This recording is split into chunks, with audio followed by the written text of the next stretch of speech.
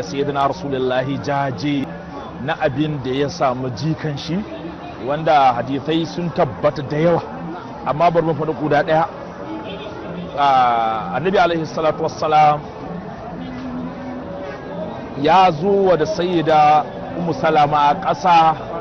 ya ce wannan ƙasar Jibril ya kawo masa, kuma ya ɗebo ta ne a inda za a kashe ɗansa sayyidina Husain alaihi salam. So tun wannan lokacin sayyidina rasulullahi ya zubar da hawaye. Ummu Salama ta ce ta ma har sai ta gigice saboda yadda sayyidina rasulullahi yake zubar damuwa kenan. Annabi alaihi salam duk sanda sayyidina Hassan da sayyidina Husain suka shiga gurin sa yakan sumbaci Hassan a goshinsa. Idan Imam Husain ya kawo a bakinsa, afwan, Imam Husain ya kawo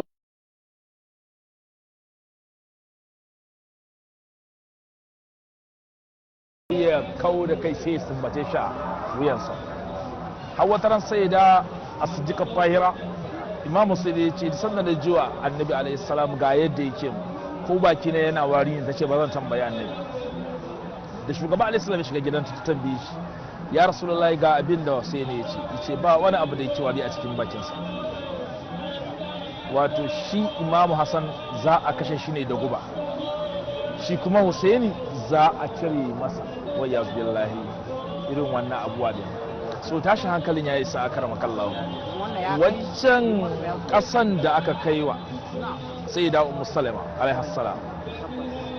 ta ce tana kwanci tin farki da sayyidina Rasulullahi ya zo mata, kansa cike da ƙasa haka gemin manzan Allah, idansa ya koma ja ihmarrata yana kuka. Ta ce tana farkawa sai ta ga wannan ƙasar ta canza daga launinta. Annabi kenan yana layira yana kukan an kashe. So inda mutum akwai imani a zuciyarsa ko ya kamata ya taya sayyidina Rasulullahi wannan jimami, ya kamata. So ba wata hanya da za mu iya nuna wa Annabi mun fada mu nuna sai da faɗi ma fa muna tare da ke, nuna a sayyidina Hassan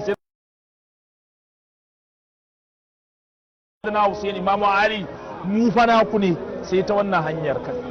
shi sa muka zo a wannan taki da mu. Kuma alhamdulillah za mu ga kamar mu da muke tijanawa sufaye, shehu tijani akan haka ya dora mu. Maulana shehu Ibrahim radiyallahu ta'ala anhu wanda shine mai gidan mu jagora a cikin wannan tafiya din ko ya tako ya zo har nan, kuma bai boyi ba sai da ya faɗi lada Karbala zurtu Husaini tawassula bi walidihi arba min Allah taliba. Ya zo ya ziyarci Karbala kuma ya je Najaf ya ziyarci Imam Husain. So wannan shine sunnan da muka zo ma'ayyada, kuma dukkanin shehunan mu wayanda muka kar har iyayen mu ma, so haka muka tashi muga suna cikin wannan alhi da ji.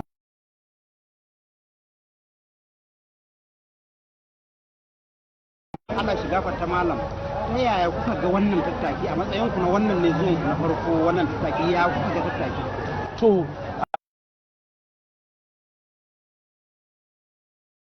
abin ya tsorata ni, sai kuma daga mun makara kwarai.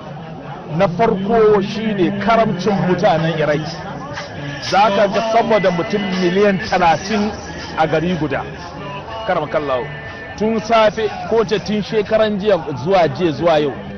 kuke a nan, amma yanzu jama'a ba su da wuce ba. Babu wani sakan komiti da ce ai an yanke jama'a sun huta, kuma duk tafi ba dawa yake ba, mutanen tafiya fa ake ta yi har yanzu. Sannan wayannan mutanen gaba daya ba gwamnati ke ci da su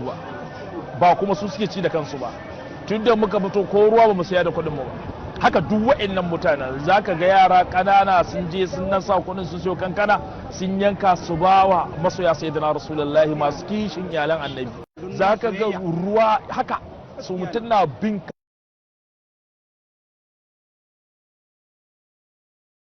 dan Allah zo ka ci abinci na, wani irin abu ne wannan. Sannan ka ga mutane har na goye,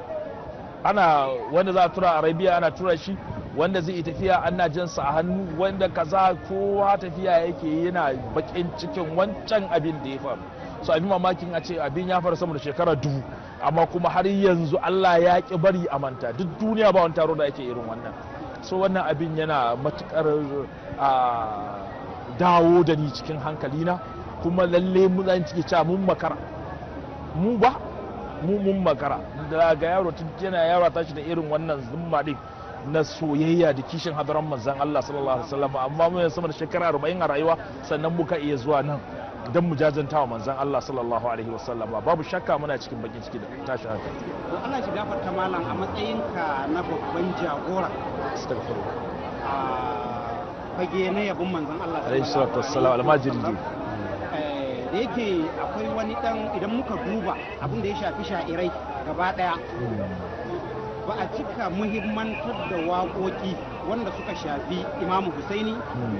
da Imam Hassan da sauran dai jikokinsu wa'annan ba a cika musamman na Imam Husaini ko na juyayin abin da ya faru waƙiya yadda ta faru don mutane su sani don mutane ba a sani ba da yau ba a sani ba amma mawaƙa wani ira za ka yi mawaƙa wurin ganin cewa sun mai da hankalinsu gurin kula da ire-iren wannan waƙoƙin gurin fitar da mazlumiya na Imam Husaini na yadda ya zai ba da jininsa da irin kamar yadda kuka bayyana irin soyayyen da manzon Allah yake masa to wani kira za a yi wa mawaƙa gaba ɗaya wurin ganin sun mai da wannan shi ma ya zama su sashi cikin tsarin waƙoƙi yadda misali ba ya zama ko waƙoƙin an danganta su da wani gefe bane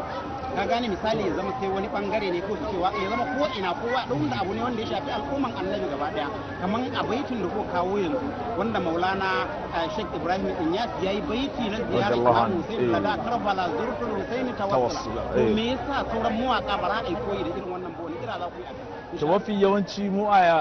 nahiyoyin da muke ba mu san haka ba ta za ga misali nan har turawa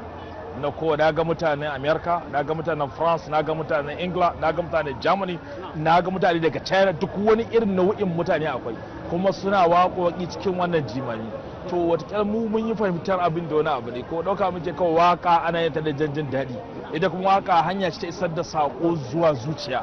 da haka abin da bata sani ba a tuna mata ko so wannan mu ina da wannan lapses din na cewa ba mu yi rubuce-rubuce a kan irin wannan ba da alhamdulillah shekarun baya na taɓa yin kasida irin wannan ta jimani din to amma mafi yawanci mana ɗauka waka kowane shaɗi ake da ita na fa kawo gane me ake nufi amma akwai waka da ake kala-kala ce wanda kowanne akwai da lissa ake yin ta wata ana yi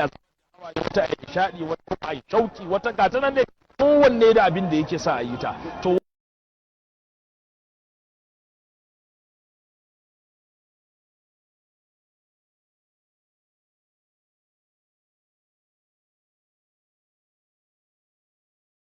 wannan tana cikin waka na marfiyya wato an rasa kuma tunda muke ga zahirin musulunci babu wani ta'addanci da aka taɓa wanda ya kai misalin wannan babu wani wannan babu sabani akan haka ta ce firka da take da alhakin mallaka Husaini baki daya so sayyidina Husaini na duka na kowa da kowa ne kawai so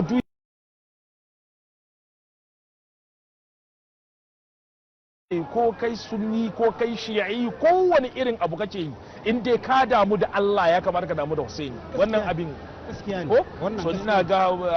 ba sai an gaya ma ba sanda wancan waƙen ya faru lalle Allah ya fushi so me zai nuna wa zai dan rage wato fushin Allah kamar wannan abin da ake Allah fa mu muna cikin wanda sun fada mu da abin da ya samu Husaini mun fada mu Allah mu bayinka ne kuma mun damu so kamar misali mun shigo nan ƙasa kafin yau ai mun yi ziyarce-ziyarce gaskiya ne ko daga cikin barnamaj namu akwai ziyartar Sidi Abdul Qadir Jilani mun ziyarci annabawan Allah duk Babil annabi Ibrahim mun je mun ziyarci annabi Adam alaihi salam annabi Nuh annabi Hud annabi Salih duka dai ga su annabawa mun je har kun sha ziyarori mun je ya garin can Mada'in mun ziyarci mun je Samarra ma duk wa'annan imamai ahallahi ahad rasulullahi mun je Kazumiyya so nan haka mun ziyarci sahabbin manzo Allah su tabbata Limani ma a nan Mada'in ne mun ziyarci Salman al-Farisi da Abdullah bin Ja'far bin Abdullah al-Ansari da sauran dai ziyarce ga sunan da yawa irin su Abu Hanifa suna cikin barnamij din a nan Baghdad yawa so dukkan waɗanda zaka ga cewa ma'aikatan hadar sayyidina rasulullahi ne wanda ya damu da annabi to ya kamata ya damu da abin da ya shafi manzon Allah ne wannan shine ka'idan soyayya in an ce rike annabi sallallahu alaihi wasallama ko to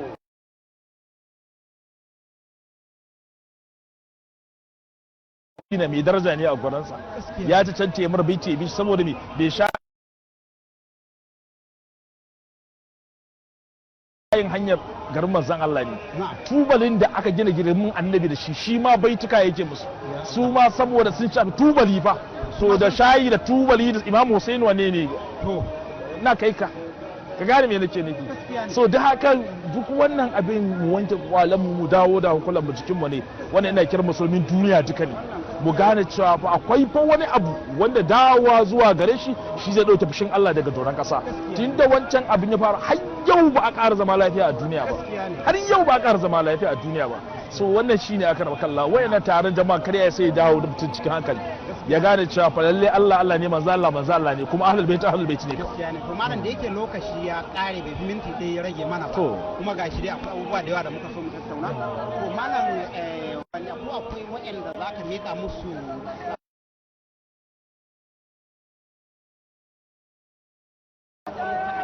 na gaisuwa na Imam Husain a yanzu yanda ake kallon ka a duniya gaba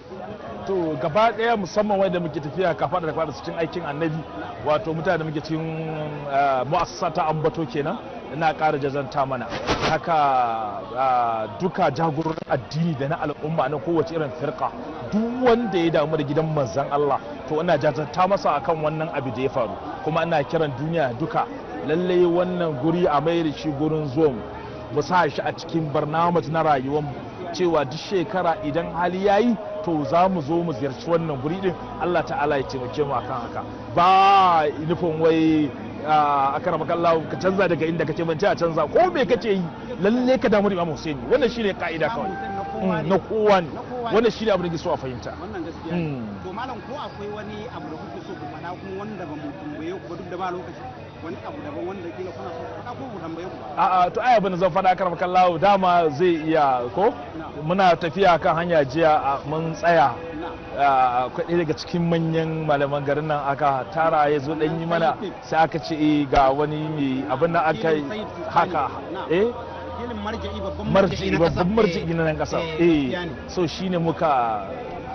yi kasida haka ga imama ga masu yi so na ga rubuce da yawa ana ta aika mun kaza to sai ga da abin dariya so wanda ji ya ce kai magana Imam Husain ne ka damu da abin da annabi ya damu da shi sau ne ya ce wane ya koma dan kaza to me kake ne wato kai baka damu da shi muke nan ko fa